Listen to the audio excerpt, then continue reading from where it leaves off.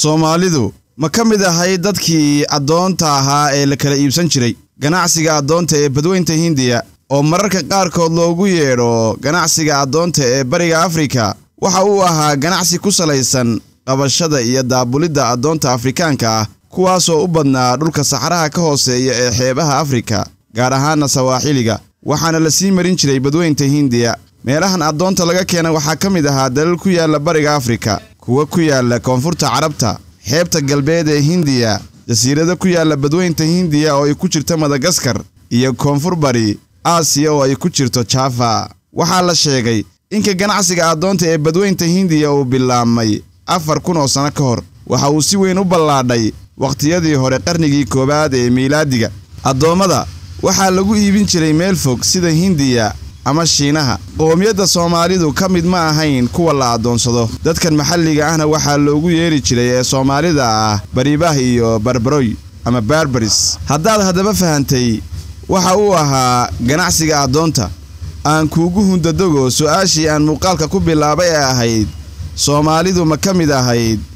dadkii adoonta ahaa ee la kala iibsan jiray kalluumaysatadii Soomaalidii hore waxay sabab u noqdeen inaan Soomaalida la adoonsan iyo in la joojiyo maraakiibtii siday dadkii la adoonsanayayba dadka Soomaalidu waligeed kama mid noqon qoomiyadihii la adoonsaday ama qayb kama noqon dadka sida adoonta loo kala iibsan jiray arrimahaas waxa sabab looga dhigaa inay ahaan jireen waligood dad dagaalyahaniin ah oo aan xeebahooda loo soo dhawaan karin ahaana dad dhaqaale fiican iyo ganacsiba haysta 1700 sano ka bacdi markii la soo gaaray 1854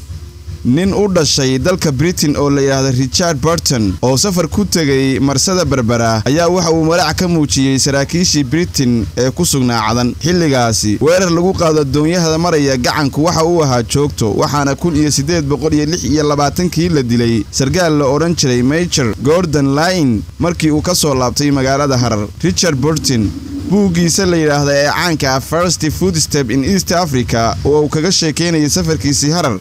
waxa uu ku qoray in markii ay isu diyaariyeen inay ka baxaan Berbera in la weeraray oo laga dilay nin la oran jiray Strion isla markaasna la dhaawacay John Speke iyo Burton naftiisa sanadkii 1820 waxa boqortooyada Ingiriisku ay heshiis la gashay sheekhyadii Carbeed ee ku xeernaa badda Khaliijka ee Berbera si loo nabadeeyo badda gacanka halkaas oo ay xilligaasi ku badnaayeen burcadbadeed heshiiskaasi waxa la yiraahdaa The General Treaty of Peace 8 January 1820 waxa lagu qeexay in la adoonsado ama la iibsado rag iyo dumar da'di ay doonaan ha ahaadeen oo ah dadka qabaa'ilka Soomaaliyeed arintaas iibsiga dadka oo qudheeda loo tixgeliyay inay tahay burcadnimo inay kaga hortagayaan waxa ay badda ku sameynayaan dadkan Soomaaliyeed waligood lama adoonsan ama aysan noqon wax adoona waxa cadeynaya baaritaan uu sanadkii 1876 guddi ay boqortooyada Ingiriiska u saartay inay soo baaraan adoonsiga dadku meesha uu marayo iyo xaaladda maraakiibta dadka la adoonsado qaadi jiray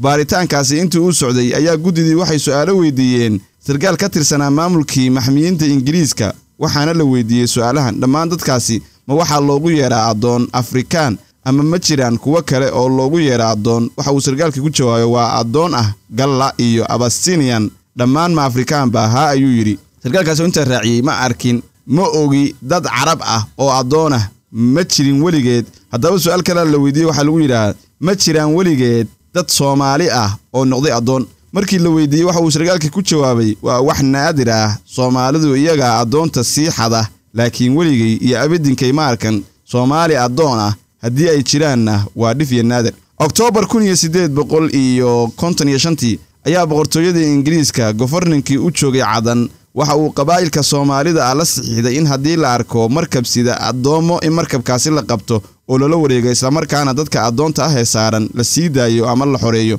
sidoo kale November 7 1856 ayaa waxa magaalada Berbera heshiis ku kala saxiixday sargaal Ingiriiska u fadhiyay cadan oo u qaabilsanaa siyaasadda iyo beel kamida beelaha daga waqooyiga Soomaaliya qodobka afraad ee heshiiskaasi waxa uu dhigayay in gabi ahaanba la joojiyo oo adoon aan la soo marsiin karin Berbera iyo gabi ahaanba dhulka beeshaas sida darteed waxa taariikhda ku cad in Soomaalidu ay qayb weyn ka ahaayeen joojinta adoonsiga laga dhoofinaya Afrika iyo Aasiya heshiis 17 February 1866 dhexmaray Suldaan Maxamuud Yuusuf iyo sargaalkii arrimaha siyaasadda u qaabilsanaa maxkamada Ingiriiska ee fadhiya cadan waxa heshiiskaasi ku cadaa in gabi ahaanba la joojiyo lana mamnuuco adoonsiga dadka looga qaadayo Afrika iyo Aasiya haddii la arko markab sida adoon in la qabsado oo lala wareego oo dadka saarana la sii daayo oo la xoreeyo ayuu suldaanku shardi ka dhigtay waxaana ahay Muxuudiin Cabdi juqraafi ayaad igala socotaan waa madal aan ku soo gudbino tagtada iyo taariikhda Soomaalida haddii aad nagu cusub tahay fadlan page-ka Flow Sar haddii aad nala socotayna like iyo share bay isugu u gaar saaxiibo badan YouTube-ka subscribe ku xad